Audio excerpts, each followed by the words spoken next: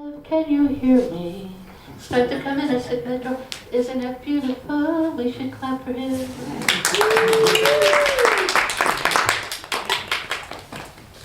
Hello, I'm Maryrose Larkin. Or some people refer to me as Maryrose fucking Larkin. But I am here as a representative of the Moveable Beast and Sonorous Anchorite Collective. Sonorous Anchorite is done a bunch of different things. They've done some chapbooks, they've done some readings. Moveable Beast has a more specific purpose, and that purpose is to have a beautiful place with loving people who will allow you to fail miserably in front of them. Woo! Samuel Beckett was like, fail more, no matter, fail better. And I've tried to actually put this into a thing that is like part of my thought set where I make my life go forward with. It's like, okay, fail better, fail better, fail better, because you just want to keep going. You want to keep failing. You want to keep succeeding. You want to keep failing. So, in many ways, this is a place where people do things that aren't finished. They don't know what the hell they're doing. I do not know what the hell I'm doing. And that is entirely part of it. Things to know. The large majority of people, in fact maybe all the people who are here, really don't have any right to this land we stand on. The complications of that are really serious, and I think it's really important to consider that every time we stand, or perhaps even when we're sitting. 2, this is a safe space, so if you fuck with somebody, I will beat you up. I will also get my friends who are taller. I'm meaner than all my friends, but they're taller. I will fuck you up. I will get my friends to fuck you up. My friends really love me, so they will fuck you up out of love for me. 3, the order that we will be having some of will be Molly, Jennifer, and then a break, and then Dana, informing everyone of all of the things. And then at the end of that, we're going to have an open mic, which I think has been poorly written down for, so perhaps there will be no open mic. Perhaps I'll just sit here talking for 20 minutes, and I honestly do not know if everyone would like that so much, because maybe I'll start talking about my anxiety about the fact that we're in the slow apocalypse, and it just keeps getting a teeny bit faster. I see everybody's faces and everyone shaking, and I see that many of you feel the same way.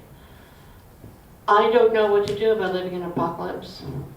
One of the things I'm going to do is to love everyone I know as hard as I can. I know how to do that.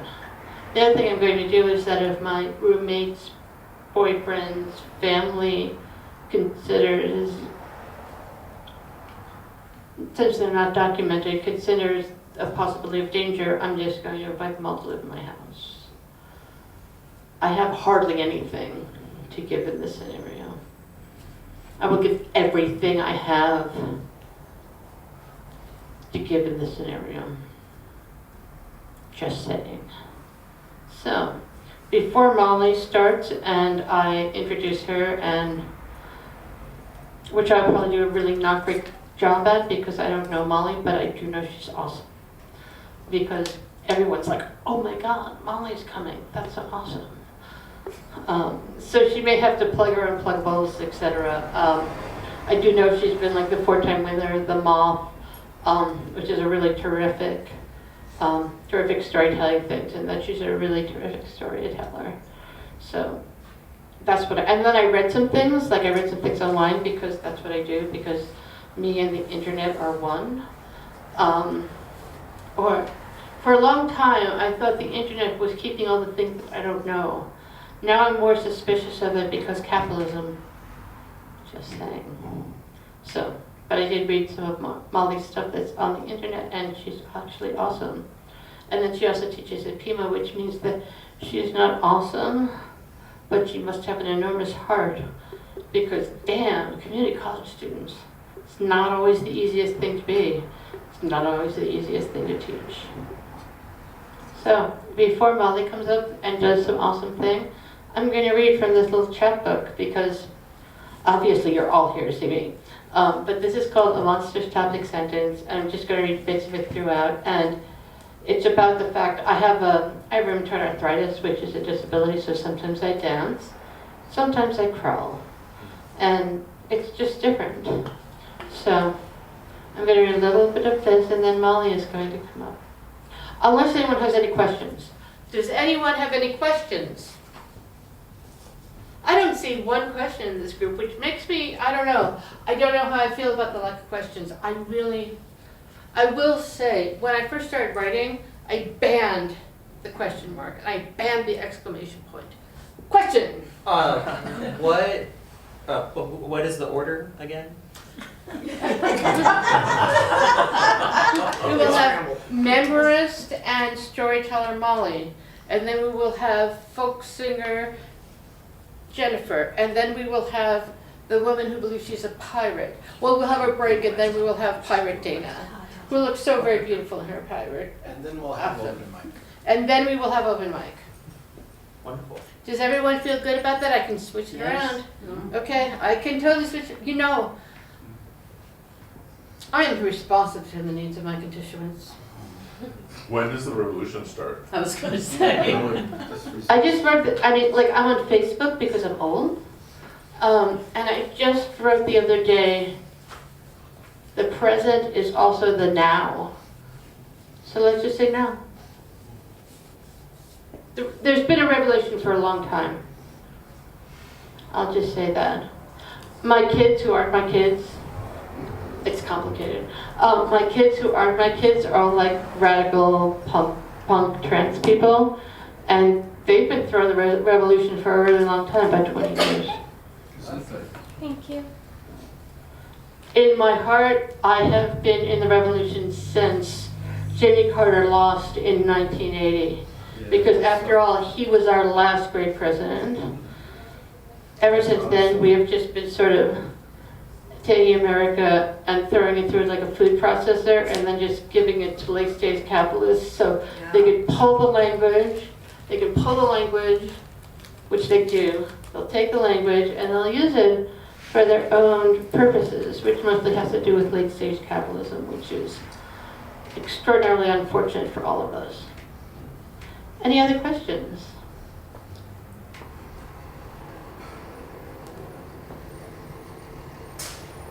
I could like walk around the room and just look at each one of you in the eye, but I won't do that. Just so you know, if you have any questions, you can ask me any time. The other thing is that I want to make it clear that I love everyone here. And that's really important. And I think that we all need to try to do that as much as we possibly can. So that's my conversation about welcome to the first revision of A Moveable Beast. We have been in the solo culture. We have been in Spark Collective. We've been in this really great backyard of my friend who had he's dead now because he took too many drugs, damn it.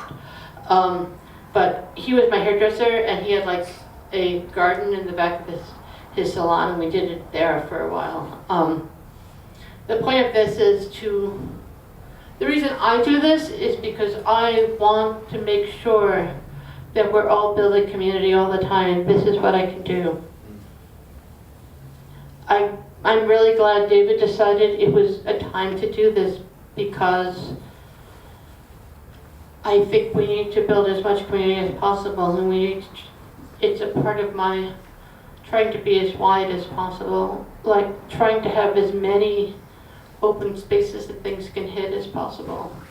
So, Harlan, it's good, better, and different. Could be great, could be terrible. Doesn't matter, because we're working on the new. There's a writer called Mackenzie Wark. He's she is a trans philosopher. She writes a lot about raves. She writes a lot of things, but one of the things she originally wrote was something called the Hacker Manifesto. And the Hacker Manifesto, the whole point of that was not good things, but new things. That the new is more important than the good. And I believe that the new should be the thing that drives us all. Everyone ultimately starts as an artist in a terrible place. I was so bad. For decades, I was so bad. But started pushing towards the new instead of the good. And I think we need the new right now because obviously all of our other answers that we came up with led us to this moment where we are, so we need to move forward. Anyways, let me read you a little poetry, and then we will welcome Molly.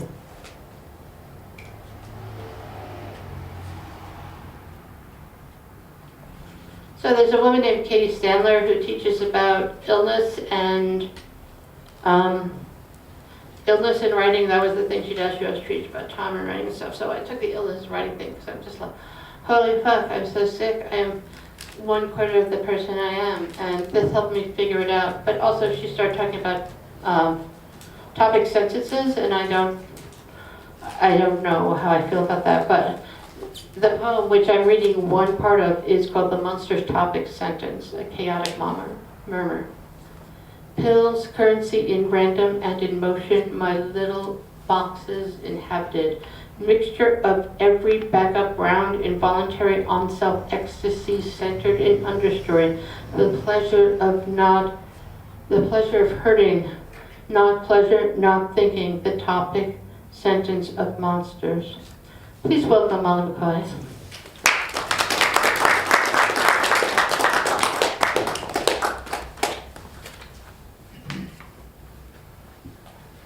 Thank you. Sorry if that was too long. I'm not worried about it. More questions, anybody? Let's see. So, my book, my memoir, 9 Grudges, The Spiteful Origins of the Happiest Dyke on Earth, is coming out from Red Hen Press in September of 2026.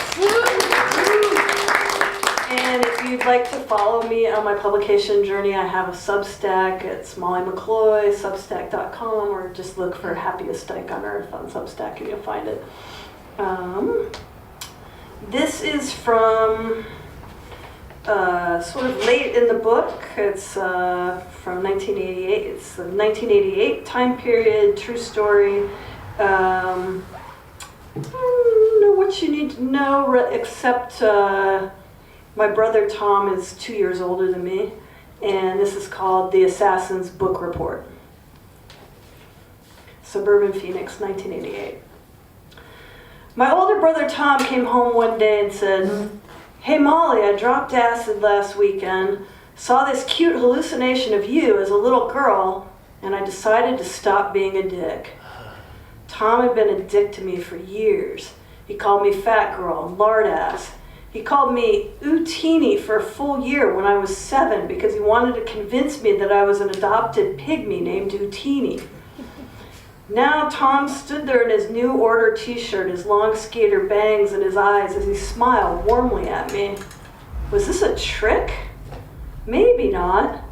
I had just finished a phone conversation with a friend, and this time Tom had not done his usual shtick, which was to pick up the other line and ask her whether or not she was an anal virgin.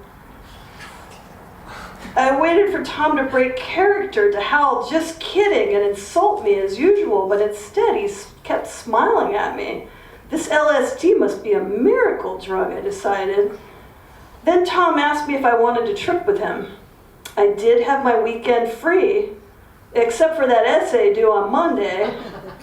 My topic was Catcher in the Rye, thanks to an article in my mom's People magazine. According to People, promoting the book Catcher in the Rye had been the primary motive of John Lennon's assassin. My English teacher recommended plenty of books, but compared to this guy, she had no skin in the game. She hadn't killed the world's favorite beetle to make her point. I liked having this oddball, sinister reason for choosing Catcher in the Rye and wished someone would ask me about it, but no one did. My plan was to read as little of the book as possible. I'd already skimmed the first 3 pages and worked up a thesis about Caulfield's alienation. On Monday morning, I'd flip through the paperback, pull some quotes, and collect my usual B-. Life was meaningless. Nothing mattered. When the Space Shuttle Challenger exploded, I didn't even notice. I was about to graduate from Sunny Slope High School in Phoenix, Arizona, and my life's ambition was to sell car insurance. My friend Susie Novick's dad sold car insurance, and her parents seemed happier than mine. Mr. Novick had a red sports car, and her folks drank margaritas and laughed at my jokes. Mrs. Novick would throw her head back with this big toothy smile. She had long dark hair and long legs. Years later, I would realize that I never really wanted to sell car insurance. I just wanted to fuck Mrs. Novick. My own parents were never home back then. Work was all they did. My mom is a nurse on a substance abuse unit at the hospital. My dad is a reporter for the Arizona Republic. Meanwhile, my teenage bullies parked their BMWs in the school lot, intimidated full-grown adults for sport, and broke every expensive toy their parents bought them. I was jealous of the rich kids' freedom. They didn't have to work. They wouldn't be caught dead wearing a polyester outfit and serving other kids tacos at Taco Bell like I did. But even they didn't have the freedom to be queering out in 1988. One goth girl kissed another goth girl at a party and was the subject of rumors for 2 full years. There were these identical twin guys, one who dressed butch in plaid, and one who had a flock of seagulls haircut, his shiny shirt buttoned up to his throat and topped off with a fake gem brooch. Both of the twins were harassed daily and beaten up quarterly, the straight one and the gay one. I felt lucky to be attracted to guys and girls because I could string along a cute boyfriend. I figured I'd hide my queerness as much as possible until college, if I went to college. Drugs were the only bright spot during this stifling time in my life. Drugs gave me a sense of community. Adults forget that sometimes a circle of kids smoking pot is a teenager's only chance to duck out of their Lord of the Flies hell pit and find some goddamn civility. For all you moms and dads out there who make their kids write thank you letters, those etiquette lessons do pay off when it's your kid who offers up the green hit. My fellow metalheads were the nicest kids around, especially when we were getting high. Yeah, I told Tom, let's do it, why not? Weed had made me much less fearful of walking past the clump of football players in Letterman jackets each morning at school, and clearly this LSD had somehow turned my brother into a decent human being. I was excited by the sense of possibility. Maybe I'd finally become friends with my own brother. Maybe I'd find my way back to the little girl my brother had seen in the hallucination. Pigtails and red striped dress, her fists held up to her chin in anticipation and excitement, a huge smile filled with certainty that she'd get all of life's goodness that she deserved. That Saturday afternoon, Tom and I jumped in my car and picked up his friend Jeff, who looked like Pony Boy from that movie The Outsiders, but was really a ruthless bill collector. We popped the tabs onto our tongues, and soon we were driving into the woods just north of Phoenix, as my brother and his friends showered me with their wisdom. To drop acid, you don't want to be in some crowded place, like some stupid fucking arena concert. You don't want to be in the city, you could get jumped, or worse yet, cops. Ugh, cops. Yeah, it's safer out here, Tom said. I considered this last point as I steered the car around corkscrew mountain curves on a single-lane dirt road. The sky was getting dark. All I could see was the dirt road and the shadowy clumps of pine trees on the right-hand side. The LSD was kicking in. I kept one eye on the road while I tried to get my Echo and the Bunnymen cassette to play, but the stereo buttons were starting to look like they were made of wet wax. Then I wondered if maybe I wasn't actually driving. Maybe none of this was real. "We aren't moving, are we?" I asked Tom. "You two are just pretending that we're driving down the road, but we're parked," I said. "No," Tom said. He put his hand on the steering wheel, "and you should stop the car right now." We pulled over and built a fire. Those two started talking about their Cub Scout days, how they stole Jeff's dad's weed and rolled it into a Cheech and Chong-sized joint with phone book paper and ditched the other scouts at camp. The flame caught the pine needles and some wadded up Kleenex first, and then the small sticks that were propped up teepee style started burning too. "You guys were only 10 years old," I said. Tom dragged a large branch close to the fire, propped one end of it on a rock, and then stomped on it, breaking it in half with a loud crack. "Huh?" he said. Jeff looked up from his task of loading medium-sized sticks into the fire. "Cub Scouts? You guys were in 4th grade the time you got high." "Yeah, we didn't really know what we were doing. That phone book paper, that huge joint. Yeah, that big joint just fell apart, but it worked. It was great getting high for the first time, sitting on the hill and watching all those scout pricks doing the dishes. I hated Cub Scouts." I tried several times to break into the conversation, but they were talking about these people I didn't know. Then Jeff told the story about how Billy Idol had pulled up in a limo and tried to pick up both Jeff and his girlfriend at a gas station after his concert. Tom and Jeff started to argue, Jeff insisting that his point was only that Billy Idol was gay or bi. Tom's argument was, "No, wait a minute here, Jeff himself must be trying to come out right now with this story and was totally gay." "I could see it," Tom said. "I could see Billy Idol fucking you." Now, thanks to Tom, I was seeing it too. I imagined Billy Idol with that classic snarl on his face, giving it to C. Thomas Howell, a.k.a. Jeff, on his hands and knees with a startled look on his face. Pony Boy. The Billy Idol song Moni Moni came into my head. "I want to ride your pony, ride your pony." So far, this acid trip was a bust. I wasn't bonding with my brother. I could never come out to him or to anyone. Even in those civil circles of kids smoking pot, I couldn't talk about the time I ran into one of the girls from our high school basketball team while she was working at the gas station. Looking unbearably sexy in her mechanic coveralls, she asked, "Were you just running or something?"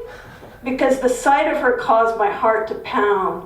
It wasn't safe to tell anyone about that. Yeah, my brothers and I listened kindly when my mom talked about 2 of the gay male nurses at her hospital who had contracted HIV, but we high school kids wrapped our own fears of the virus in cruel gay jokes. Most kids were mean enough to me already because my hair was never right and I was boyish, I didn't wear makeup. Since my brother was finally being kind to me, I didn't want to give him any new ammunition. I wasn't even out to myself. I figured I'd marry some guy, I'd have a drunken threesome once in a while so I could have sex with women, and maybe my fill-in-the-blank husband and I would own a house with a swimming pool and drink lots of margaritas. I hadn't fallen in love with anyone yet, and I didn't think that I ever would.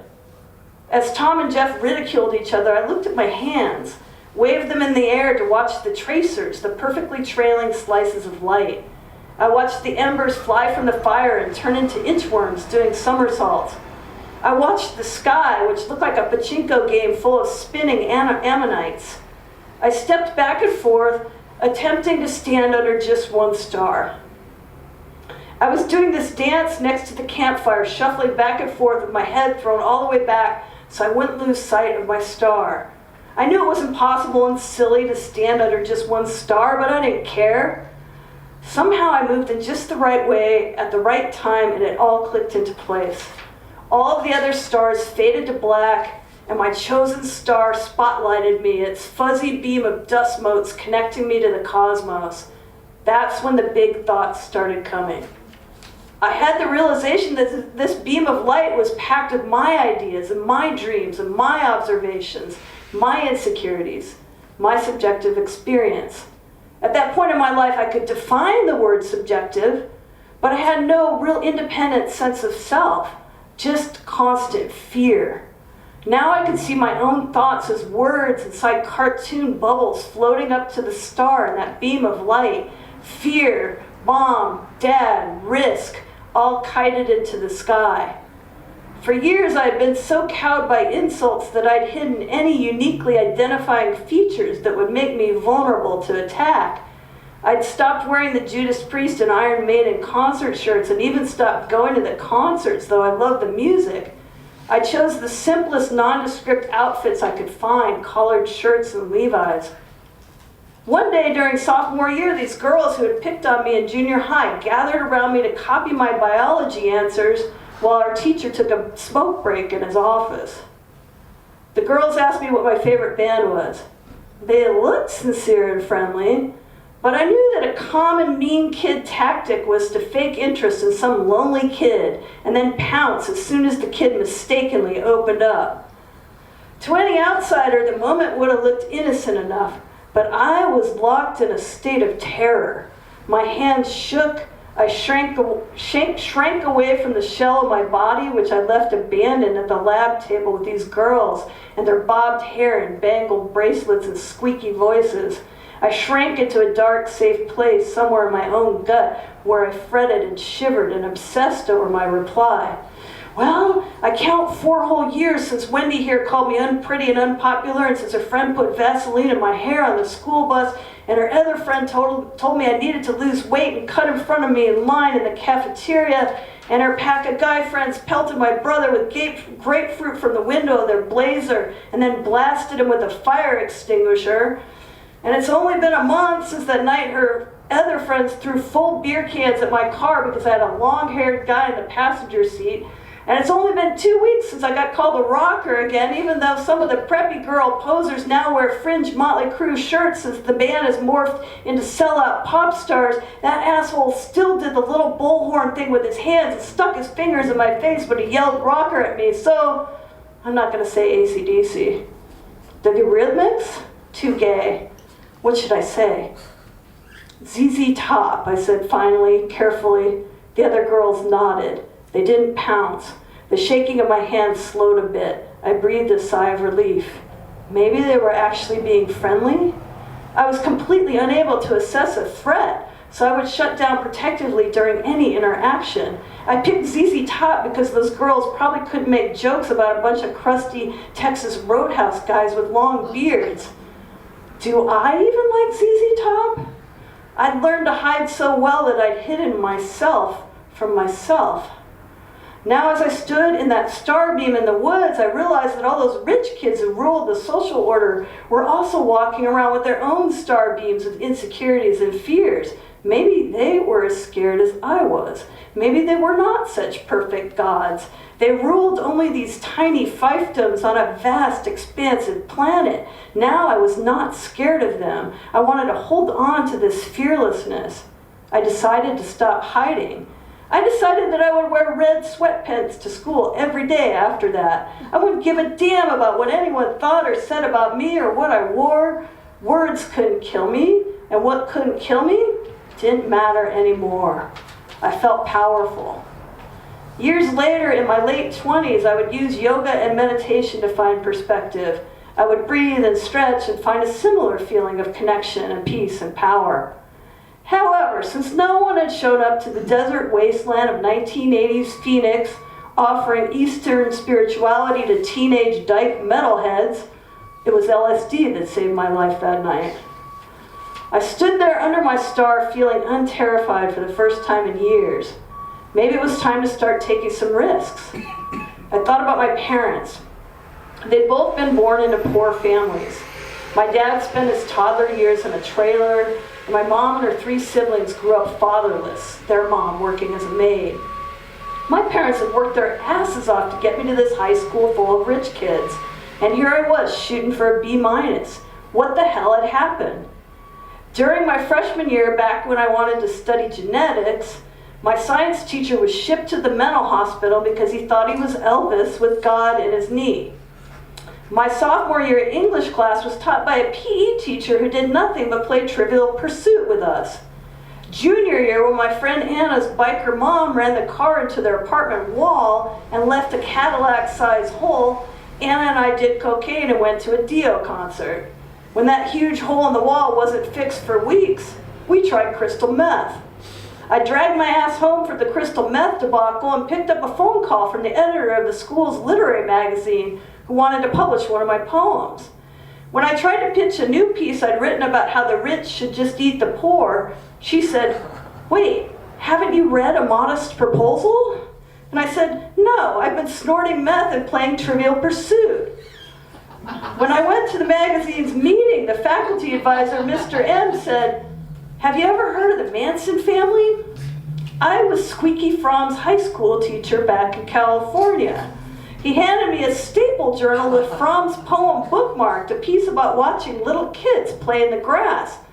As I read the poem, I thought, I miss being a kid. I could see how a desperate girl might move straight from poem to murder. I thought, yeah, me too, Squeaky, me too.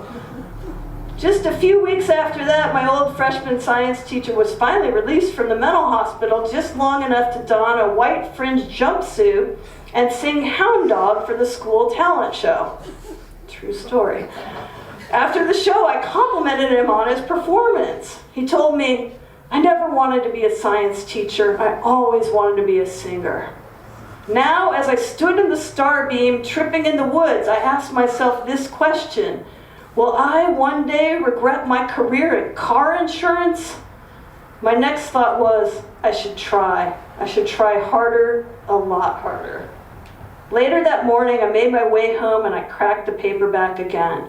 I read the whole book. I loved the whole book. Salinger's protagonist, Holden Caulfield, spoke to my grief over growing up too fast.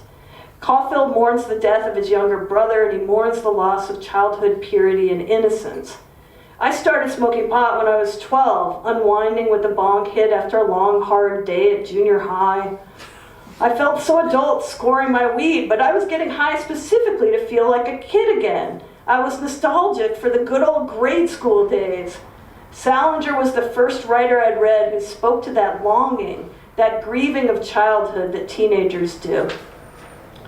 Holden Caulfield called out one phony after another and heaped praise on nice nuns and a sweet kid who digressed about his family farm instead of staying on topic for an oral report, which was my favorite part of the book. I decided there must be other people out there like me and Holden Caulfield. I needed to leave home. That Monday, I turned in an essay about how Holden Caulfield's judgment of everyone else's hypocrisy was just another form of hypocrisy. For a long time, Catcher in the Rye was the best book I ever read. I graduated in the top 11% of my class and went to college, where I kept meeting girls who had horrible acid trips at big arena concerts. Thank you, Tom, who never finished high school. You turned out to be one of my best teachers ever.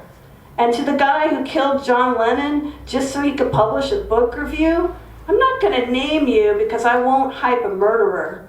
I'll just say that as a community college teacher for the last 20 years, I've tried to carry on your original good intention. Here, I say, read these stories. One of them just might change your life.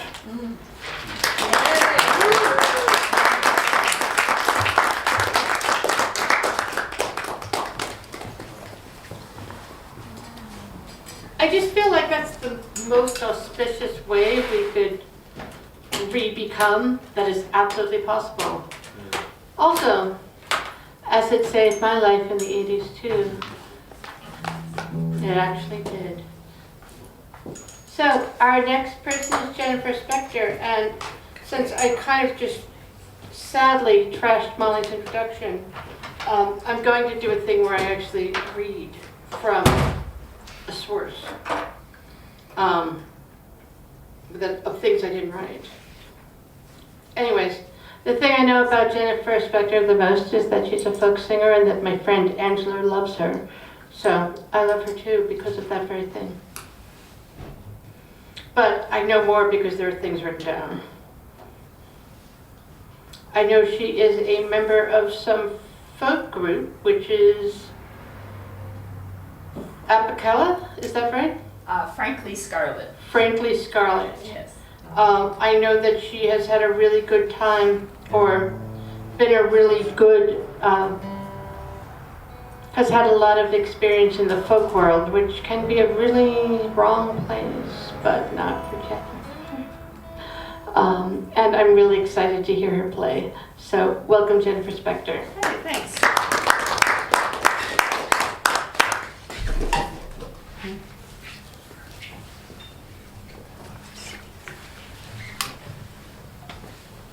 I think I'm going to be back from the mic.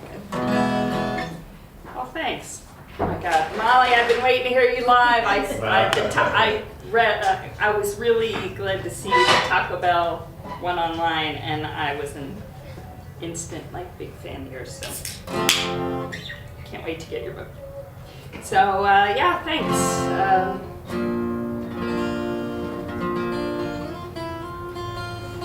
Yeah, I haven't been doing much solo acoustic stuff because, yeah, I'm in a folk trio and I'm actually fronting a rock band in town here now. So my acoustic guitar hasn't gotten much work because even in the folk group I don't play, I just sing. So.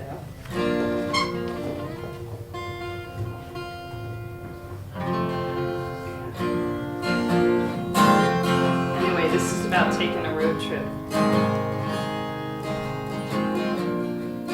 When I lived in Phoenix, my boyfriend at the time, we took a long road trip in his Olds 98. I don't know if you know what they're like, but it's like a beast. Let's fire this too. Full steam into the western wind. Let's make the sun chase us down. I've unplugged the toaster, ready to go. I did not forget your pillow.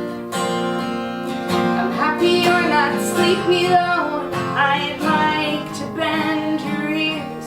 Oh, you're gorgeous while you're dreaming, but you're a company I treasure. Let's go visit the road. Next time we'll do a show on the way and sing about the places we still want to play.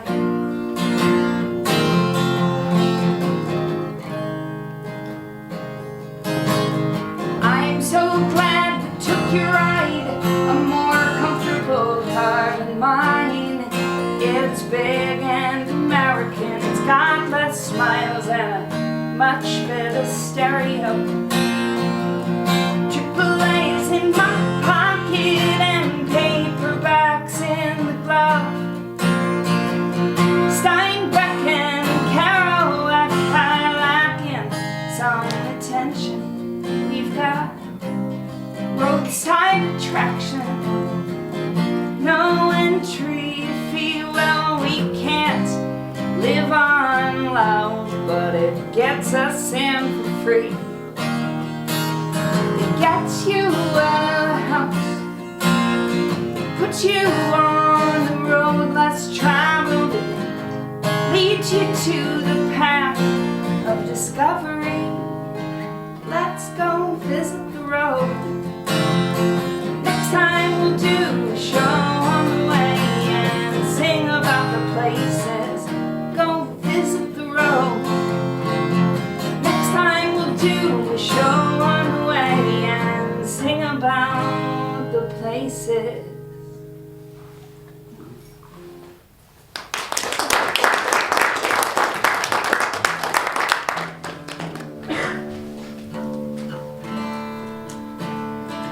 So I have a lot of songs about different people in my life. This is an old friend of mine I've been trying to get back in touch with in Phoenix. He was a good friend of our gang. They kept our cars running and was a great drummer too.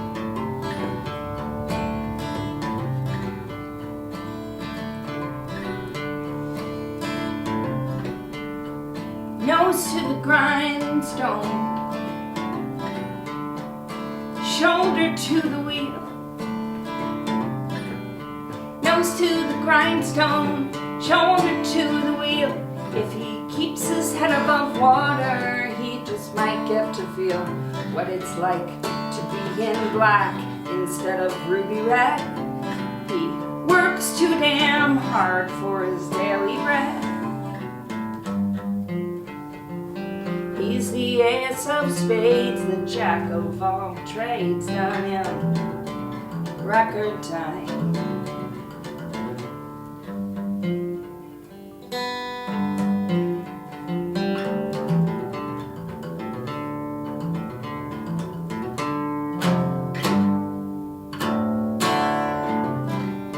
Nose to the grindstone, shoulder to the wheel. If his back don't give out, he's got 9 more years, but the terms will be his own. Or haven't you heard? He is a handyman in every sense of the word. Fix it like MacGyver, he'll throw that man some flies.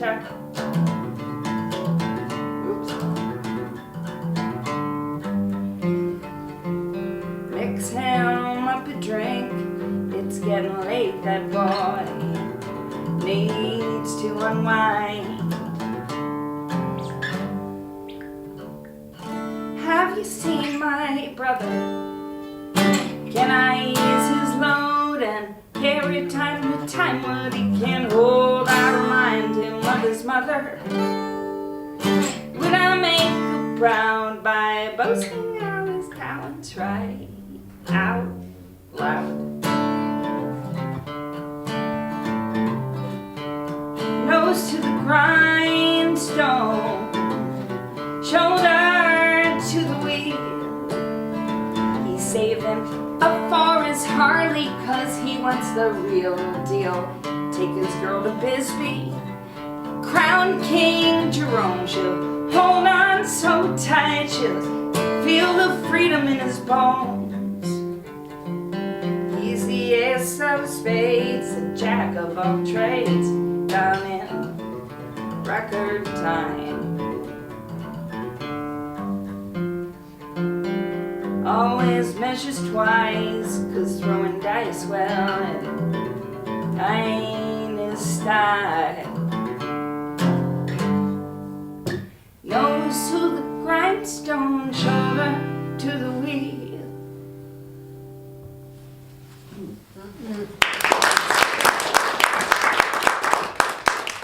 Take off my clothes, I'm hot. I think it's my hormones. I'm at the age. Okay.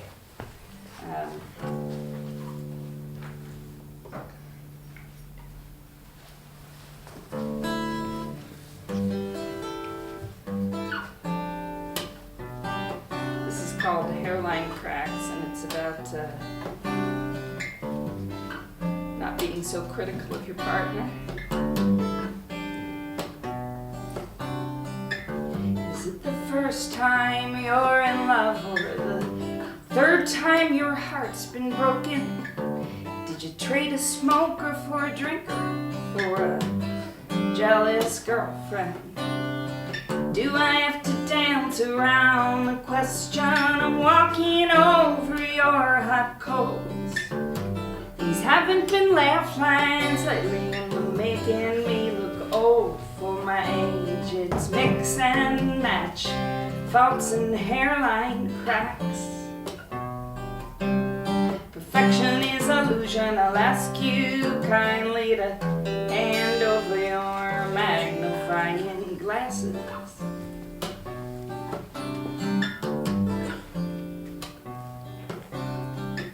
Looking in the mirror, not much of my lipstick left, and it's not from the kissing. We've been licking our lips and wondering if it's something we're both missing. Could it be about your mother?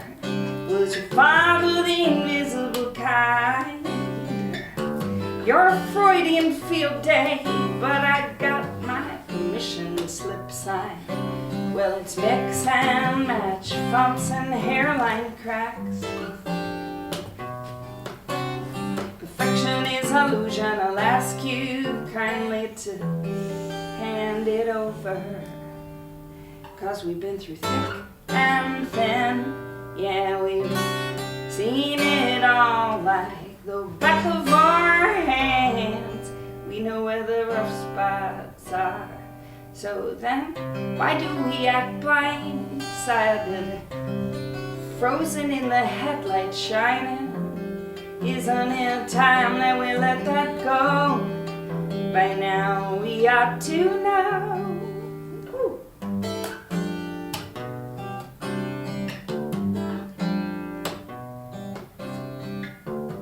Our methods are so outdated, 2 tin cans and a string. My station ain't coming in clearly, and the static makes my ears ring. Was I holding you down, or just steadied to set the bone? This break could be compound, a little distance gonna save us this time around. Faults and hairline cracks. Perfection is illusion. I'll ask you kindly to hand over your magnifying glasses.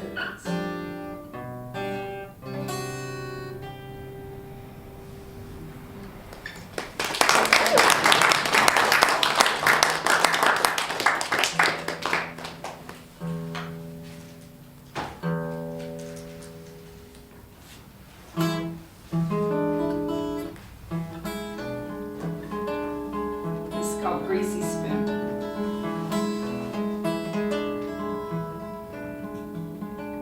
Large Marge, she's in charge and stronger than you think.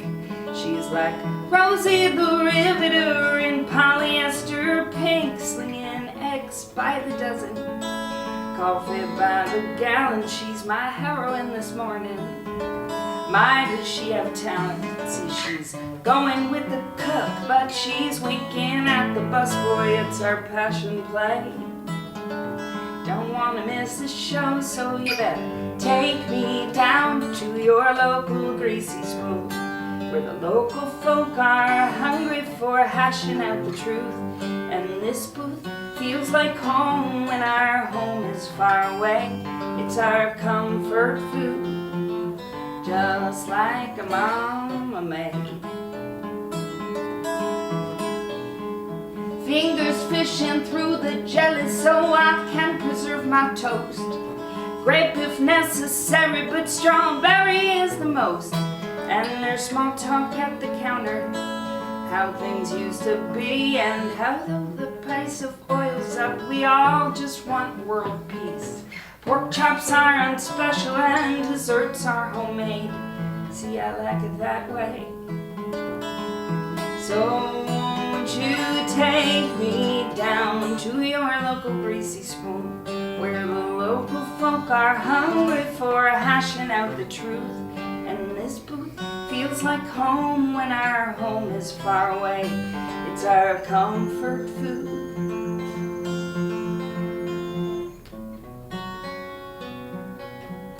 It's the temple of the common man, and the need to fill our bellies with those who understand that it's the hunger for the wholesome, it's the thirst to understand how we fit into this plan with our families and lovers. And good friends like you, take me down to your local greasy spoon, where the local folk are hungry for hashing out the truth. And this booth feels like home when our home is far away. It's our comfort food, just like Mama made. Well, this place, it takes me back, though I've never been to the town. A pie case lit up gorgeous sugar, merry-go-round, and the booths like the bench seats from high school days, so tender, like my boyfriend Chevy Nova. Lord, do I remember, so roll me up some silver, tell me your soup of the day, maybe I'll stay at least an extra day or two, if you're gonna take me down to your local greasy spoon, where the local folk are hungry for hashing out the truth. And this booth feels like home when our home is far away. It's our comfort food, just like Mama May.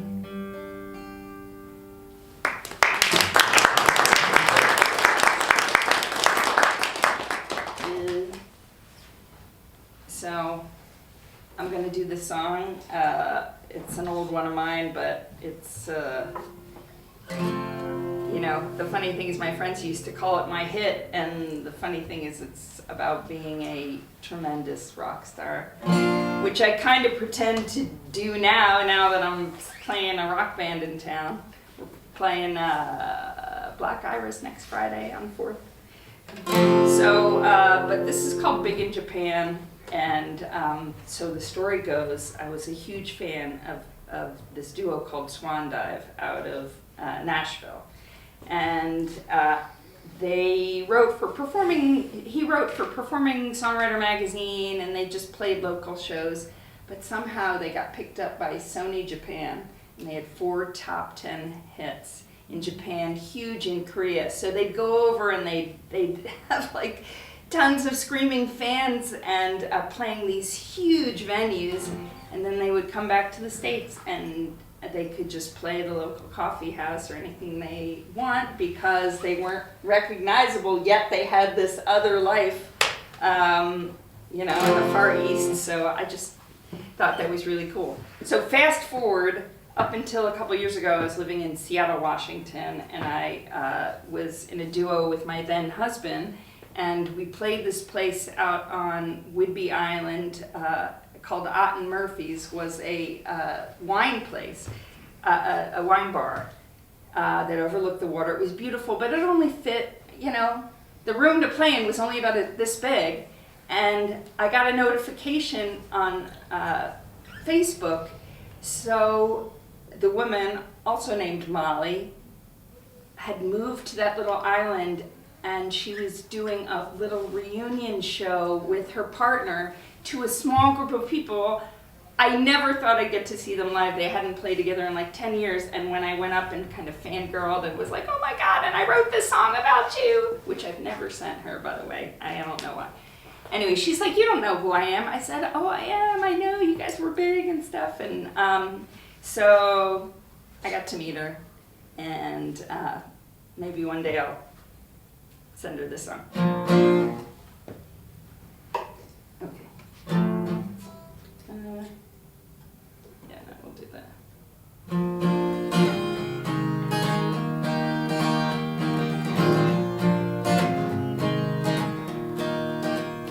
Well, I'm big in Japan. I just play the coffee houses here to keep me humble.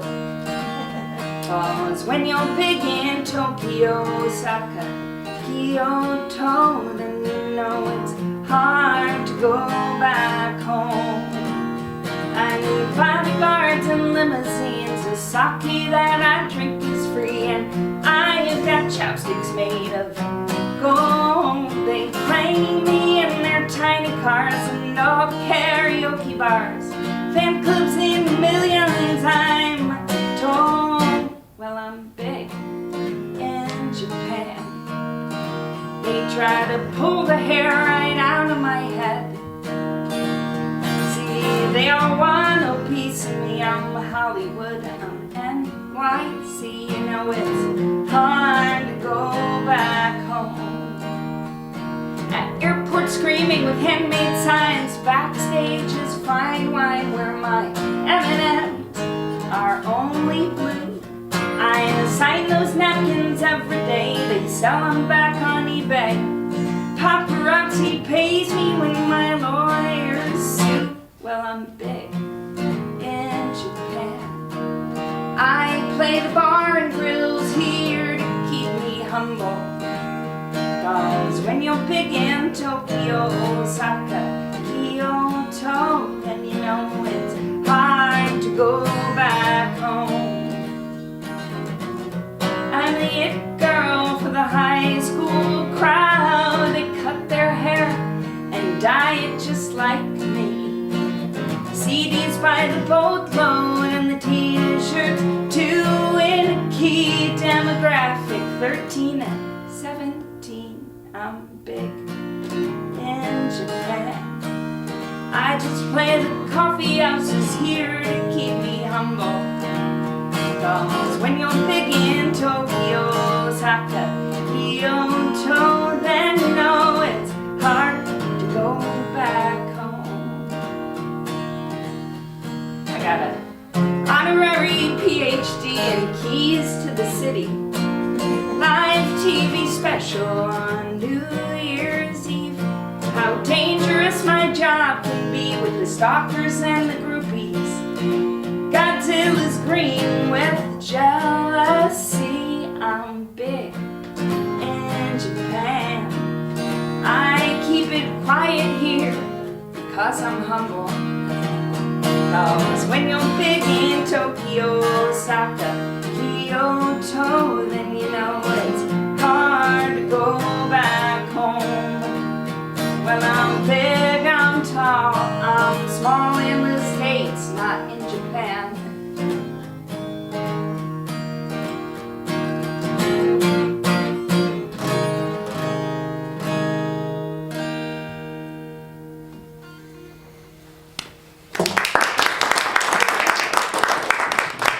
Thank you so much. Thank you. What's wrong with your thyroid? You'll notice you have a butterfly-shaped protrusion. So it is both butterfly and door, just in case you were wondering. I have Dana, something to add. Dana, do you have something to add? Brand name Lavoxil is actually shaped like a thyroid, which makes it very difficult to make a fake pill that's not a real Lavoxil pill. Indeed. Actually, that's fascinating. But it also causes bone loss even when people are taking it at low doses over time. So it closes some doors. Yeah. It both opens and closes the Or you door. might fall through the door because your bones have been weakened and then not be able to get up. When I was 30, I was supposed to be like the next answer to American poetry, but instead I finished I went to Bard and I had an MFA and everybody was so excited. Then I got Graves' disease, and Graves' disease is when your thyroid gets really crazy.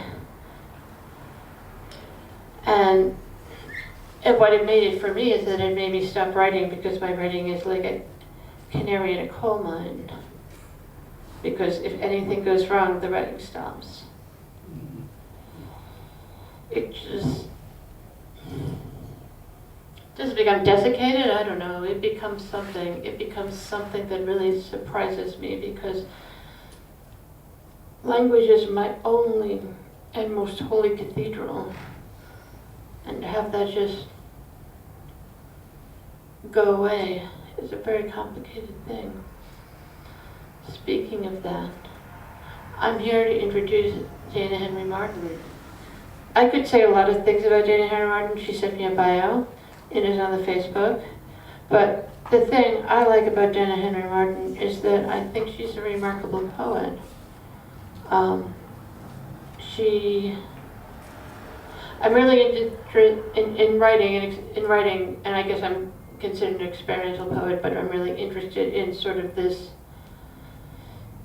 There's a depth of language that has to do with the depth of language versus anything else, versus coherence, or versus existence, or versus picture painting. And I don't really expect that to be anything but poetry. And so, don't know Dana very long or very well, but I think her writing's astonishing, and I hope you guys do too.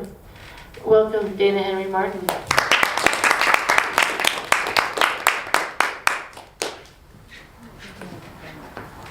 You can use the microphone or not, it's your call.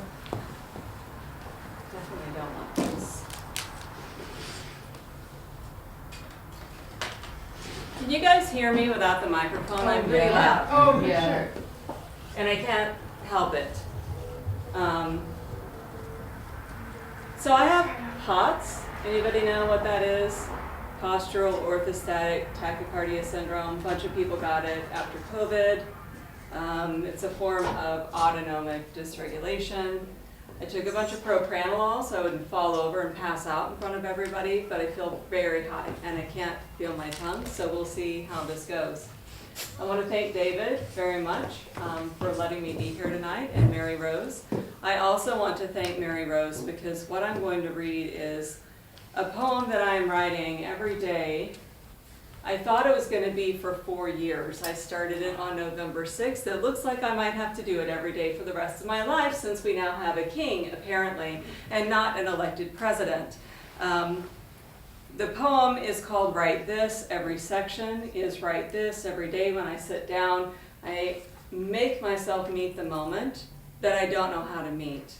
And this phrase, Write This, comes up 7 times in a poem called Sun by Michael Palmer. And Maryrose is the one who showed me that poem, read it to me. And on November 6th, when I thought, like, I have no words. You know, I don't know. I don't know what to do anymore. I don't know if this matters. I don't know how to do anything that matters. That phrase, that write this sentence came to me, and that's really, you know, I think maybe even for Michael Palmer, it was a call to himself, not to the audience, but to himself. Write this, do it, sit down and do it. So I'm going to read what I wrote starting November 6th, excerpts between November 6th and early January before, I don't even know what to say. There's a word I will not be able to pronounce. It's achocatura. I can say it now. I just said it. We all heard me say it. When I get to it, I'm not going to be able to say it. Bear with me. I will raise my hand. And maybe you guys can all say achocatura if I can't do it in the moment. Okay, I think we can handle it. Write this. Sleep evolved before brains, abscission before leaves, death before bodies, teeth before jaws, goosebumps before skin, nipples before chests, sediment before rocks, lungs before air. Write this. Annihilation exists, anhedonia exists, agraphia exists, abrogation and assignation exist, absent-mindedness and anomie, the absorptive qualities of amnesia, anodynes and apologies and altars and anthrax. Achocatura, jolting, aching ears inside arcane bodies. Write this. The accretive nature of human will that annuls humankind, to say nothing of human kindness, exists. Acid men in rooms filled with acid exist. Apparitions and airlessness and ammo and animal faith and annihilation exist. Write this. Annihilation exists. Write this. Every night the honey locust darkens before the sky, but after the laccolith. Every morning those layers of darkness brighten and reverse. Our darkest days are like this. Our darkest moods, our darkest imaginings.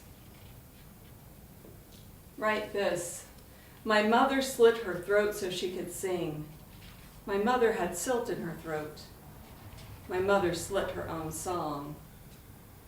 My mother sang through her silt. Write this.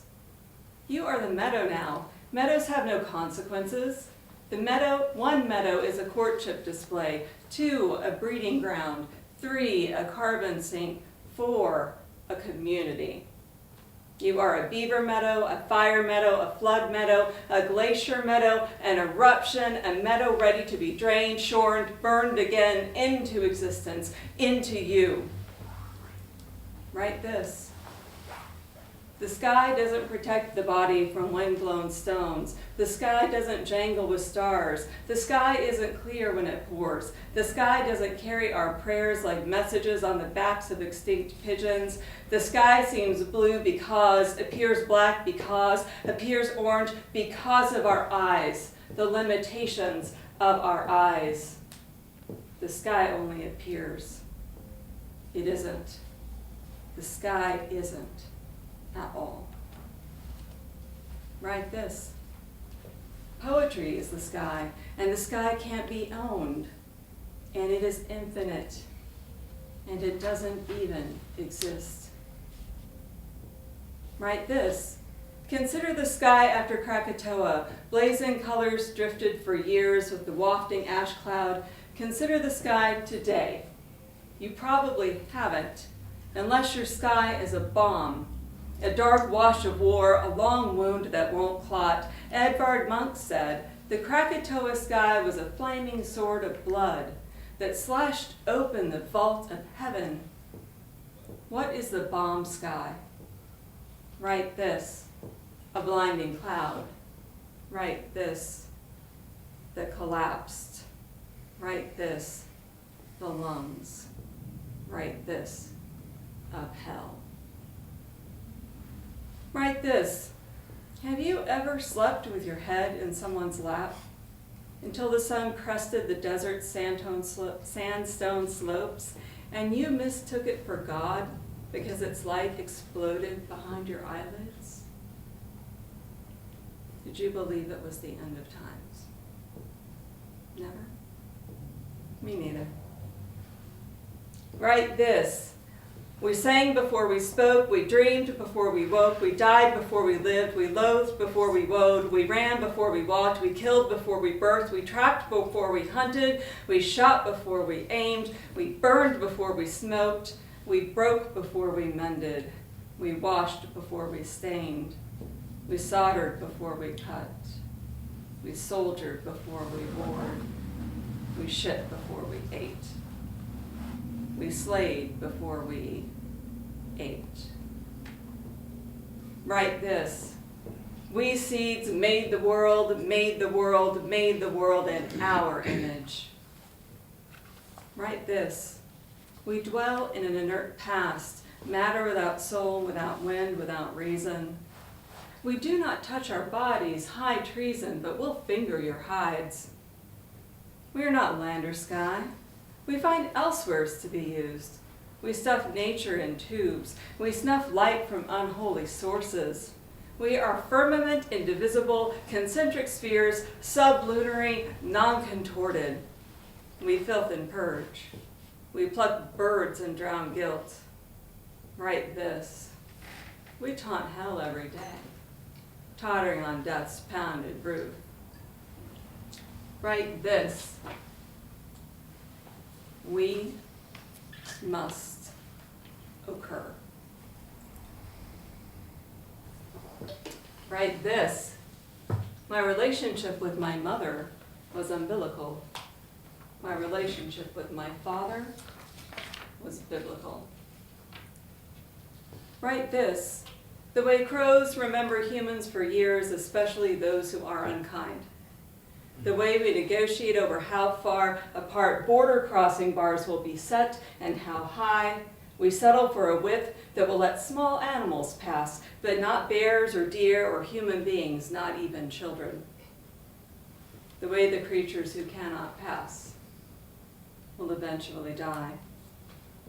The way octopuses have a systemic heart and two brachial hearts, and blue blood made from copper, and when they swim, their main heart doesn't beat at all. The way we try to turn our own hearts off, but just make them pump harder. The way koalas have human fingerprints and scream when burned in our wildfires. The way we aren't born kind.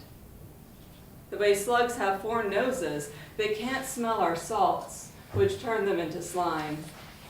The way the starfish has no brain or central nervous system, but still eats and moves and can shed an arm to survive.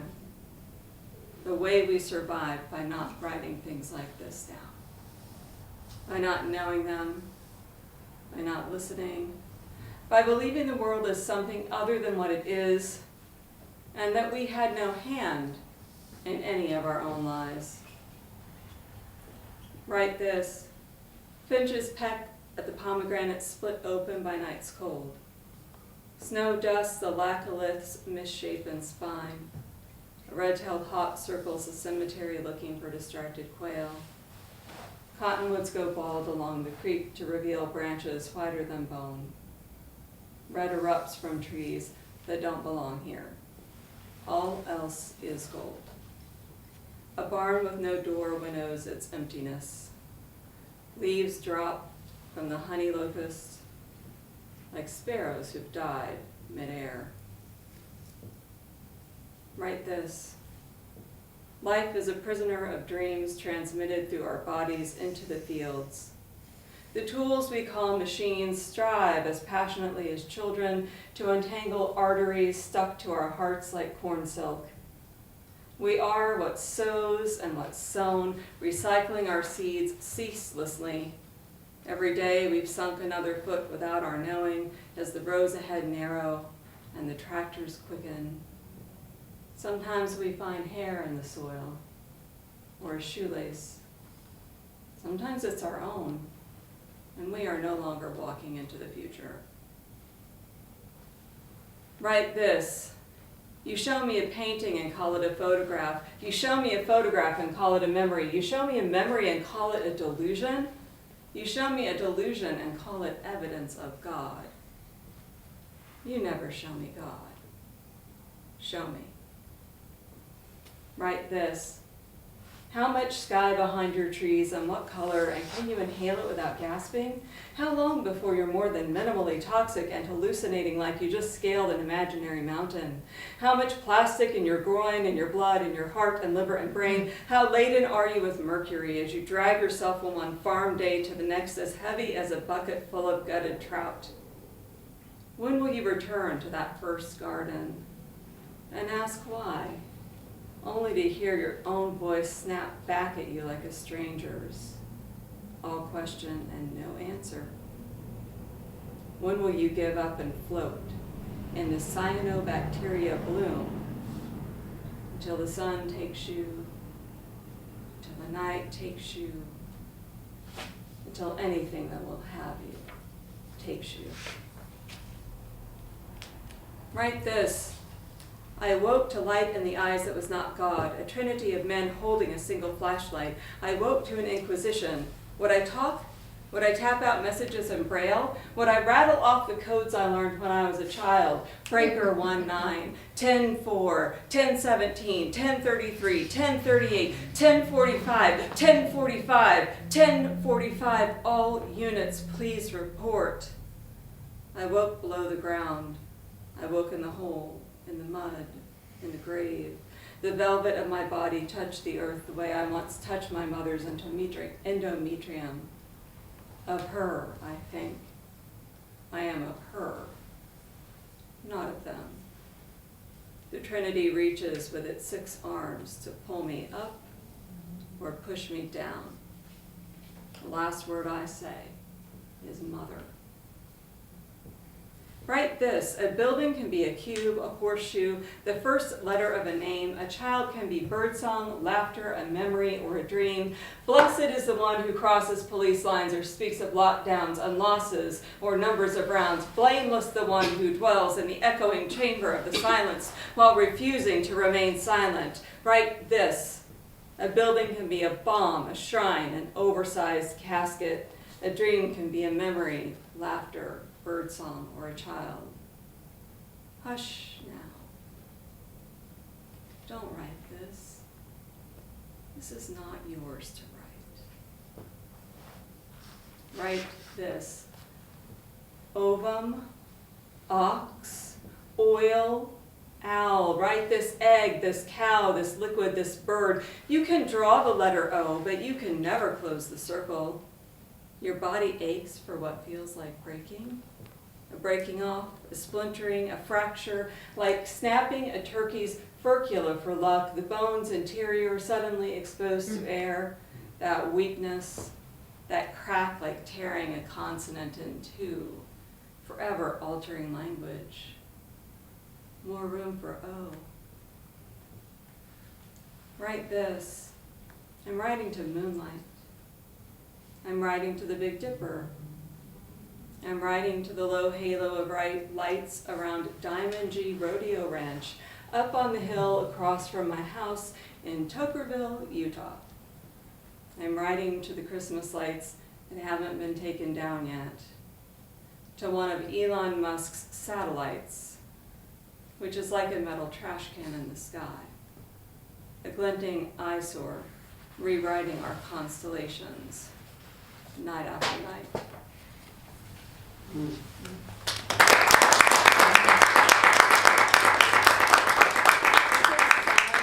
anybody wants to see it, it printed out kind of funny, but this is Michael Palmer's I'm gonna read it.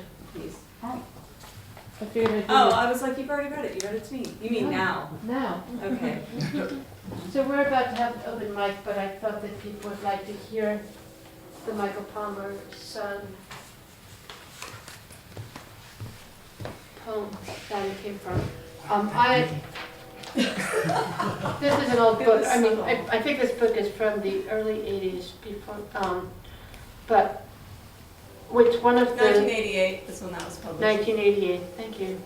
And it's in a book called Sun, and one of the things that I'm really happy about in terms of it is I go back to this book all the time because somehow it feels like it reinvents writing for me every single minute. So, Sun, write this. We have burned all their villages. Write this. We have burned all the villages and the people in them. Write this. We have adopted their customs and their manner of dress. Write this. A word may be shaped like a bed, a basket of tears, or an X. In the notebook it says, it is the time of mutation, laughter at jokes, secrets beyond the boundary of speech.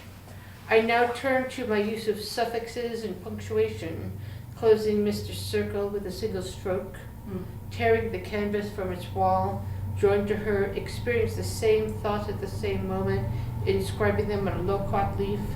Write this. We have begun to have bodies, a now here and a now gone, a past long ago and still to come. Let go of me, because I have died, and I am in a novel, and I was a lyric poet, certainly, who attracted crowns to mountaintops. For a nickel, I will appear from this box. For $1, I will have text with you and answer 3 questions. First questions. We entered the forest, followed its winding path, and emerged blind. Second question. My townhouse of the Jugendstil lies by Darmstadt. Third question. He knows he will wake from this dream conducted in the mother tongue. Third question. He knows his breathing organs are manipulated by God so that he is compelled to scream. Third question. I will converse with no one on those days of the weeks ending with Y. Write this. There is pleasure and pain, and there are marks and signs. A word may be shaped like a fig or a pig, an effigy or an egg, but there is only time for fasting and desire, design and device. There is only time to swerve without wings or organs or face into it a scientific silence, a pinhole of light. Say this. I was born on an island among the dead. I learned language on this island but did not speak on this island. I am writing to you from this island. I am writing to the dancers from this island.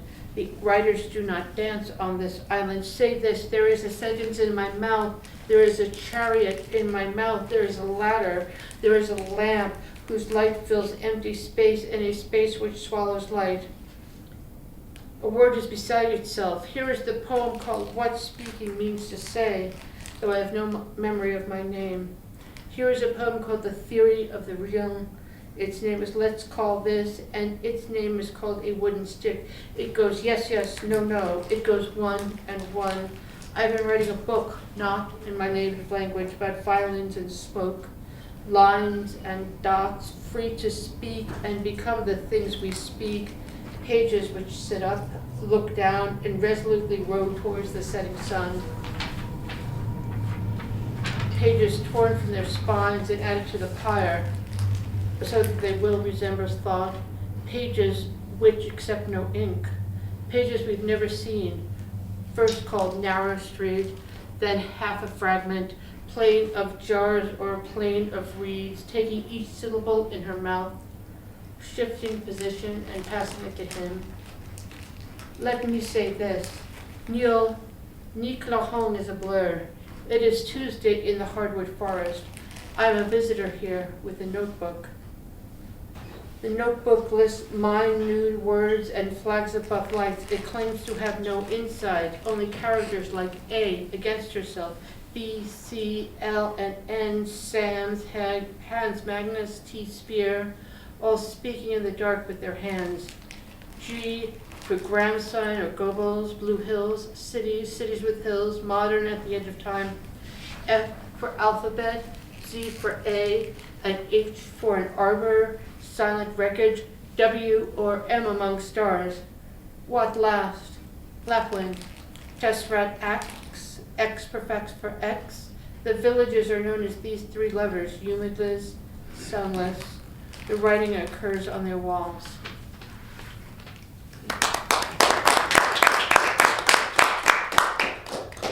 Michael Palmer is awesome, and Dana is also awesome. It's so, the expansion is so very interesting. I really appreciate it. I'm sorry you will now have to write this for the rest of your life because I have foisted this poem upon you. That sucks, but you know. It's just, I know it's just the way it goes, but even so. Until I get taken to the health firm. I'm sure they will give you notebooks in the health farm. Then won't.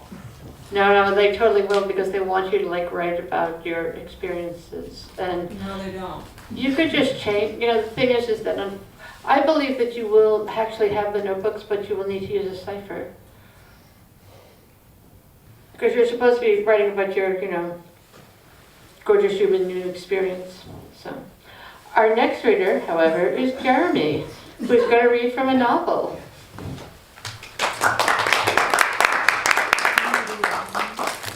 Not a novel, it's a book-like poem.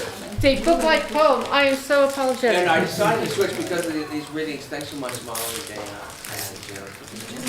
And this is great. And I was going to read something else, but because of that, what's happened here tonight, I have this other thing that I'm actually called and excited to read. The other thing was my first book-like manuscript that I've been submitted to a first book contest. But this one, do I need the microphone? No, I don't think so, but can we turn the mic off?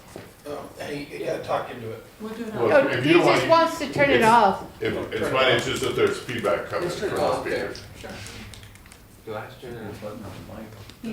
Great, thank you. Great. So anyway, so this one, I'm not gonna say anything else. The title has 3 sections. It's a normal title, and then a parenthetical title. And then I went for it and put war. So there's a third. Nothing to see here. Stealing lettuce from the fascists. Or, not quite a man. When I'm at my best, I love everyone. At my worst, I don't like myself. The blessing of a beginner's mind. Don't make eye contact with strangers. And if you do, don't let them know. Flirting with your ex. Why? What are you up to? Green light. Our head injuries align. Invite all the ones who have loved you, which are all the ones who ever had the pleasure of your acquaintance. What is it you think the stars are? I'm the one that will fall for it every time. The boy who cries wolf, I will listen to 1,000 times as if by the first. By the way, I ceased listening the first time. By the way, I ceased listening the first time as if an emergency beckons.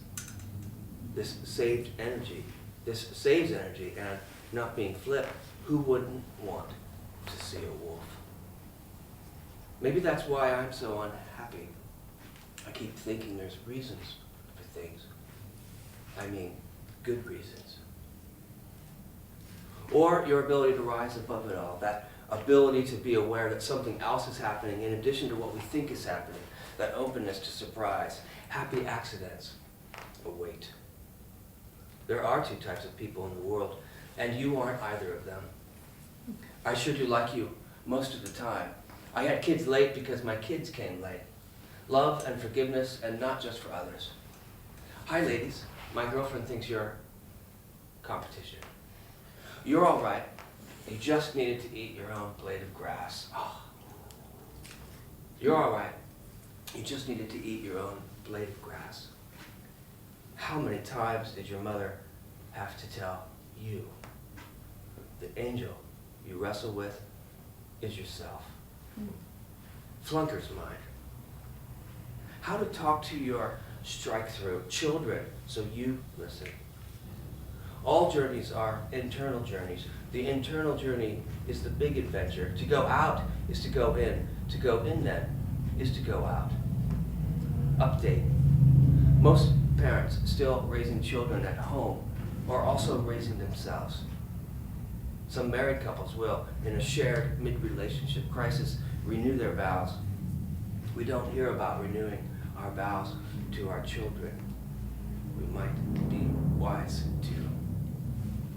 I wonder if engineers ever sign their technology, like those in communion with the bomb or some such, closer to the end of its life. What to say, how to say so, authentically, from the deepest part of my being. All of this is yours, even the oyster. I love you is only part of it. It's not that I'm falling more deeply in love with you, it's that I'm admitting it. We are not here on the backs of those that came before us. We are in the palms of their hands. Be mindful of that which you pass on.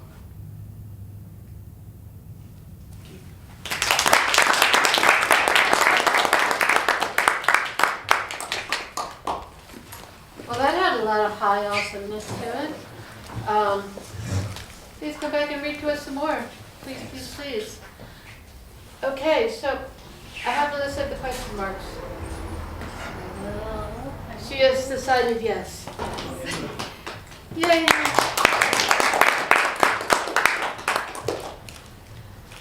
Okay, so I am just going to share a short poem. It's called Lam Po Yi. It is about, she's better known as Elisa Lam. I'm sorry. What happened to you was not romanticization, eroticization, glamorization. We made reality a sick plot of fiction, fashioning mental illness as spooky and evil. It was a time when abandoned asylums were aesthetic, trendy to write about its connection with the devil and hauntings. I was a 13-year-old girl obsessed with creepy things, and I was obsessed with you. I believed those tall tales about you, flung myself down rabbit holes. The recording of you in the elevator, on repeat. Reading creepypastas about you out loud in the dark of my room, that was me. I listened to conspiracies, read long-winded essays, skimmed your autopsy report. I was offended when people suggested you just stopped swallowing pills, erasing the border between yourself and psychosis. My God, I was offended. I hated that they called you bipolar, took it as them dismissing you. How dare they? When really, it was me. What if she was actually murdered? What if demons or ghosts are real and they took her? How did her body get in the tank? How did she do it on her own? Why her body, why, and how her body, her blood, what for, and why? I do not deserve to know. I didn't know you, yet felt I loved and longed for you like a foolish girl. Now that the world has taken the naive fear of things we can't see in the light and replaced it with the knowledge of what true evil is, I know the truth. You were eroticized. Thank you.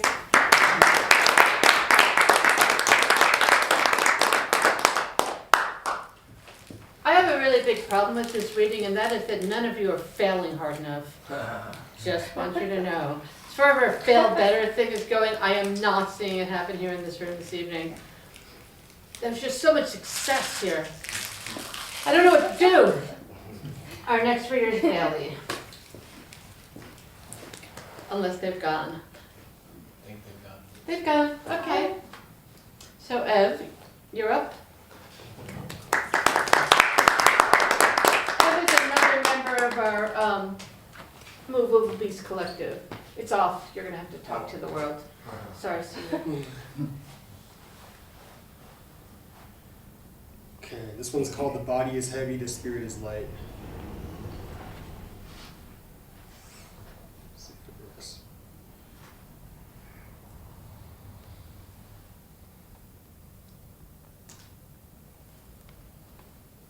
I still throw tinfoil on occipital focus.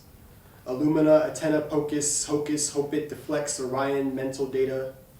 Meta, Tate with extrial Tetris, wrist levitate like the Black Triad, alias.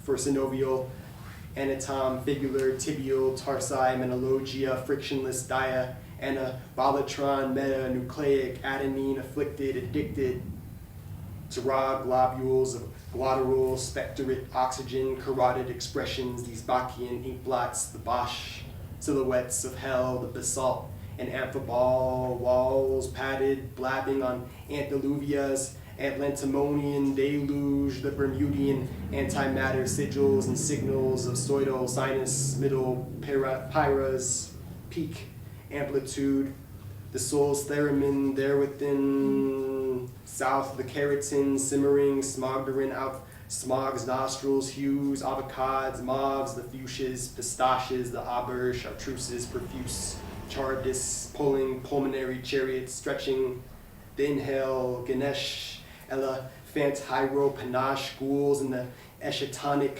banshalik, groove shadik, ashambla, ganache of shambhala, shibboleth, aleph, daedalus, feathers, unglued feathers, untethered, ever locust on lotuses, locust, hocus, earlobes, esophagus, arboris, autophagy, apsis path, petal buoyancy, choya blossoms, bee bumble, perfumatory, floral flutter, the pegasi, pastilia, psilocybin, on psychopompic, odyssey, psionic, solemn, omnibus, Solomon key, solip, slippin.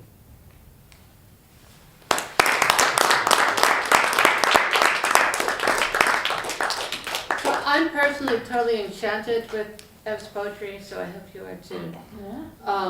The coolest thing, it's like, I met Ev at an open mic, I think was it the Revolutionary Grounds. And you mentioned linear A, and nobody knows what linear A is, and nobody ever talks about linear A, and I'm just like, oh, you're one of mine. Linear A, and then we smoke pot in the backyard. But, okay, so David is next, and then I'm gonna finish it up. David, come on up.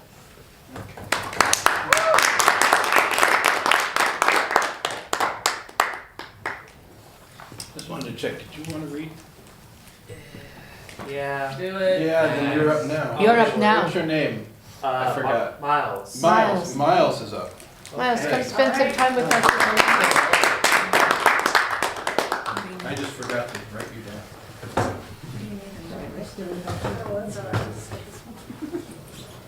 I know the mic doesn't work, but it looks like stand-up, so I think it's kind of funny. So when you're researching something,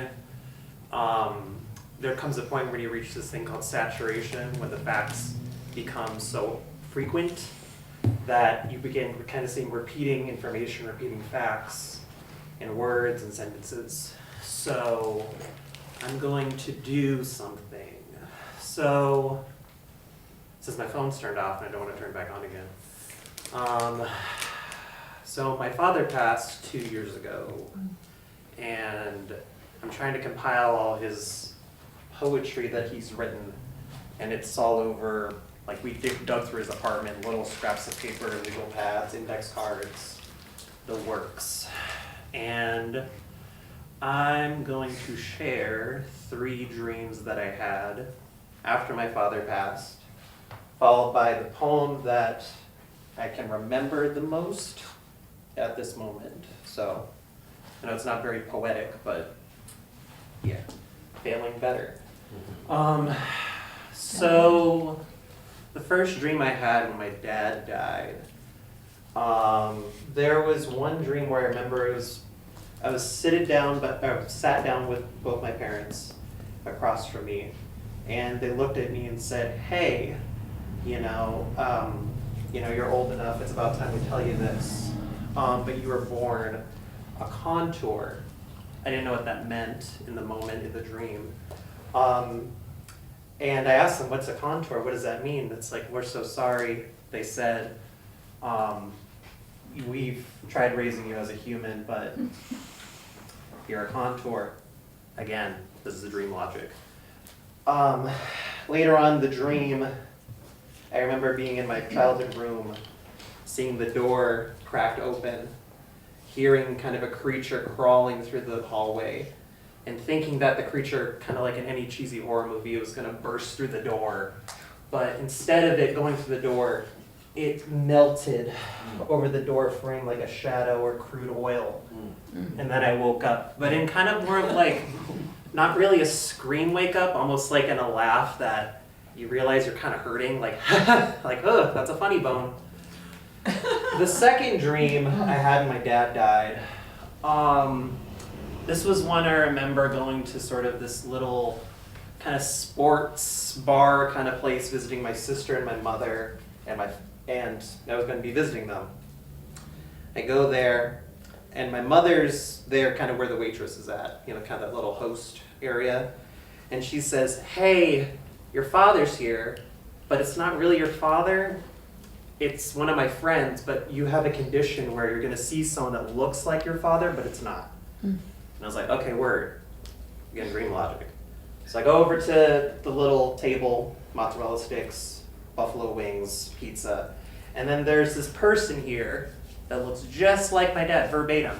And I'm looking at him and I'm like, I don't want to be the weird one to kind of say that, "Oh, you're my dad," because I know this is like someone totally different. I don't want to be the weird one here. So I'm like, oh, ugh. And then that kind of dream kind of ended there. And then the third dream that I had, I remember it being, you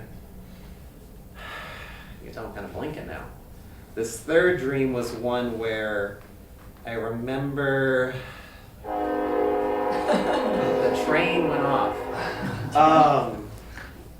Train may win here. Exactly. So the third dream that I had after my dad died, it was one where I remember, it was my childhood bedroom again, but my dad was facing away from me, facing my bedroom door. And I can tell I wasn't a kid in this dream. I was kind of around the age I am now. And I remember saying, like, "Dad, what are you doing here? Ain't you supposed to be dead? Hey, what's going on? Did you get the memo?" And I remember he said something to the effect of, I can't look at you right now. And I tried like kind of turning him, but he was like kind of like there in the ground. And I was just trying to turn him to like kind of look at me. And then he said that, he can only appear in certain people's dreams at certain times, and that was my time for me to see him. I don't really believe this dream. Like, I'm not like, this is my spiritual practice now. But that moment just kind of, I don't know, when dreams kind of reference that they're dreams, again, it almost makes me kind of wake up the same way I did the first one, where it was that scream that I kind of realized that I did something that, caused me to hurt myself, kind of the same way when you hit a funny bone or stub your toe, kind of the factors hitting your finger in a car door. So that's the third dream. And then the poem my dad wrote that I remember a lot, that he wrote, he wrote it on an index card. It was called The Slave. And so how it went was that there was, again, I wish I could say it more eloquently, but there was this escaped slave, and he was walking for hours and hours and hours. And he approaches kind of an abandoned church. Again, I'm not really religious, so I'm kind of whatever. So it's abandoned church. He goes in, and he sees some images, and he thinks about and he hears about He gets sort of like visions about this person that was hurt, but he was hurt so others could be saved and all that stuff. Again, I'm not religious. But the slave then kind of thought in that moment, and he looked at his, stripes and wounds, and he asked, when?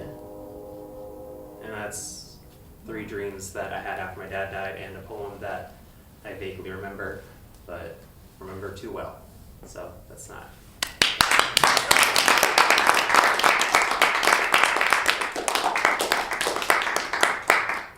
Thank you so much, Miles. I hope you come back and tell us more.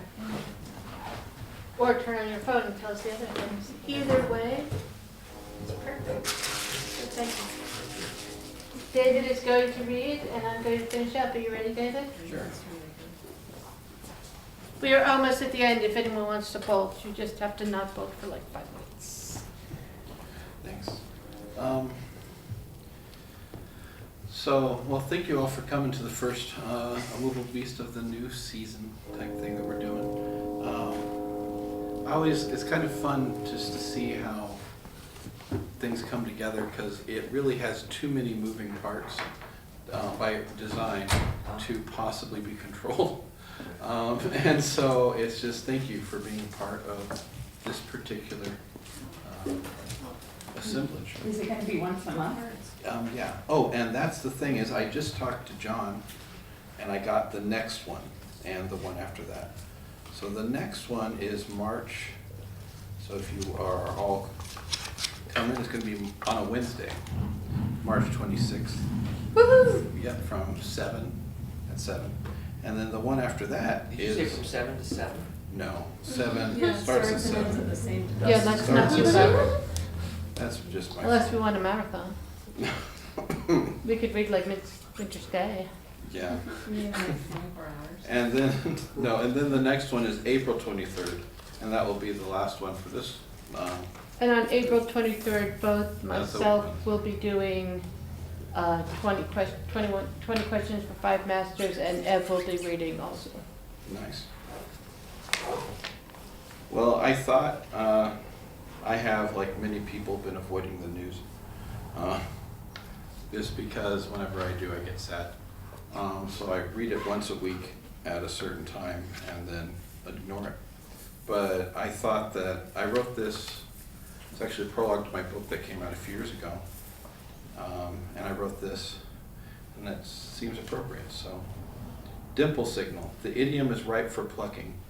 Camel chorus, the reel is a sandy plain. Canter, decanted, songs of dead light smacking, a slip inside registered sign for symbols not mine. A highway of pig's vows, sentient burdens for hoof feet, veins filled with more than gore, cold by hustling for holes. What of the soul? No, really. What of it? Want a soul. Churned body is cheese, glob rain upon gob, speech glottal superior to shoot the artillery, will or may. Authenticity's very difference, bound in modality, shock and awe. Tinned high step, clam polished till gleaming, Abraham of Oklahoma slugging towards Mariah, bleach hoods to cover hidden peculiarity, must be as every other must be, fealty to a snuff dream, huffing. Tin, copper, and human organs, an amalgam defense for parasols and haberdashers. Neon crucifix broadcast electric salvation, saving the immortal null and whole. Confidos infants, dividing being into fun-sized, cellophane enclosed identities. Please package me so I may be the total package. Envy of players and playmates, hedge managers and angel investors. Visionaries of extraction, excretion, and exploitation, but never proprioception. Twisting fluids remind the pixels gear its teeth are simulated. There is no crank for turning. Luscious rouged lips float disembodied, bitten by incalculable ion engorged. Such is the flowering of enlightenment. Life is not a dream, beauty lies in another's eye. Mother Mouse suckles worms for beauteous book club trances, this aesthetic design manufactured and distributed for caged birds. Honey-baked minds, the manners of mimes picking cherries for beholden mistresses. The muses died for the music. Minced medias feed the mad money to hawkers turned make-believe self-made men. Such fantasy, around fate's wheel it goes, where it stopped no mind knows. Or know aught, the god dot, this gnome, the know me, this note, the knot, the nomadic suspicion of consistency of eye. In closing, hazy iron toe cracks cocoon. So that's the prologue. And this was just published a little bit ago, because, you know, we still have to live, however that works. And so I've been writing this project called Apple's been working on it for a couple of years, and this is from that. Lost to starling, and after image. Liquid shadow hot, just under surface, dark flowering stone. High strung finger hum the face poem trance, scratching eye from eye. The penny part drum sticking words in, never wholly new. Dusty leaves nearest pod sung steel outlier, free or elsewhere. The midtone wafts along alabaster boughs, its watery extent, its watery mind. The eagle loom peels this dotted head. Diagonal line and flat hairs along hollow edge concentrated notion glued. Pacing and perturbed, pacing and privation. To seal unbarred skate. Tap shuffle rhyme, this child ear slips against geometric toe dropping. Dithering the habitual din, hymn plucked 2 by 2. Downward flow, shuffle stiff leaves. Dividing juncture a half-reflecting face. Flitting sun above stone sound withdraws. Water spider skips up until pause, a downward drift. Then 3 quick circles along drawn surface. 2 twin toes bleat rivendactyl. Chains an on-off meter. Rough lather poetized. Tongue read up on midnight trains. A buttered brother flew aside. The squeegee-eared memory. A mind's lacework history. Galvanic cell chimes 1 or 0. Galvanic or deluxe mother asks what time. Dirty nails digging, hoping to perceive. Kafka, as for God, sometimes yes, sometimes no. If the sky's blue where I've been, I'd love you. Peary-eyed, the moss and curtain-limbed torch. Gleaming we, a stranded tenser belted in blue. Entropy stuck-up tune, black clay levered slop. It takes this ghost with feet, this popish gesture, and old-fashioned grace. Freedom is. A dress plays, dark pleats and yellow light, advent within horizon. This meta-no, net coiled and flightless, weather and weathered logic inbreathing feathers above marbled burn. Eye webbed birdsong, hula hold rasp, tin twist, branch over branch in sparrow's flight, newing, expectant perch, precarious routine. God twaddle, hip and ink contra candle. This knees hollowed marching, an inch falls into inch. Pulse, mitotic sprint vouching safe, charcoal hand. Fear, intestinal hook fishing. Cloud work, lapping muss of sheltered season. Fainted randomness, lace wing stickings to thin gum pile. Mid-mind a latex, slump-born and rocky. Thank you.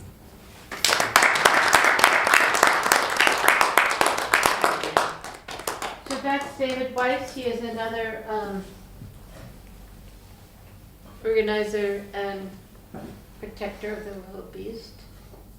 I'm going to read one last thing and then we can all go. But first, thank you all so much for coming. Thank everyone who performed. I'm so thrilled that we have decided to continue this endeavor. Come back with things that you don't think work to see what happens. I'm 61 years old. I have 3 books published by people who I didn't pay, and I still go to open mic readings just so I can see what happens when I read something in the air. And that's what this is for. Just so you know. Come here and do the things that you wouldn't do anywhere else. I'm going to read Cure Fraction for a Stranger, and Cure Fraction, both of these in the Monster Topic sentence are about me coming to terms with the fact that I'm disabled now, which is not my favorite, but also not my least favorite. Okay, Cure Fraction, the idea of a cure fraction is the fraction of the number of people who live versus the number of people who have the disease. That's a cure fraction. So this is called Cure Fraction for a Stranger. Recovery is my sentence, a survival at any given time. Turns into a disappearance of pasture. The idea of cure, a whole country of soldiers. The idea is her flux. The idea is utopia, world palm or pit synovia, or not true or true. But who is my false analytic self? Strangers point or strangers roundabout, disabled by misfortune that she caused, or that caused, or a cause, or a causative, where a cause is impossible or possible. Demonstrating that she who throws the dice flies into this. For the stranger, for all the non-cured, may the sun transform the curve to never flat. I'm responding from surface to center. My afterflux, the idea as a response, the idea as my utopia. In pleasure we are bred up. The interiors to manifesto and the exteriors to utopia. A return of the wicked and thrown back. Tenderness as a stranger on surface. Turmoil spoken, wrung true and sun. But who is the stranger in the margins, soft and rooted, her ideas wandering, as is her habit? This house has eaten me and kept me in awe. Thanks, and come back. Come back. David gave you all the information on coming back, but I'm just gonna beg. So come back, back.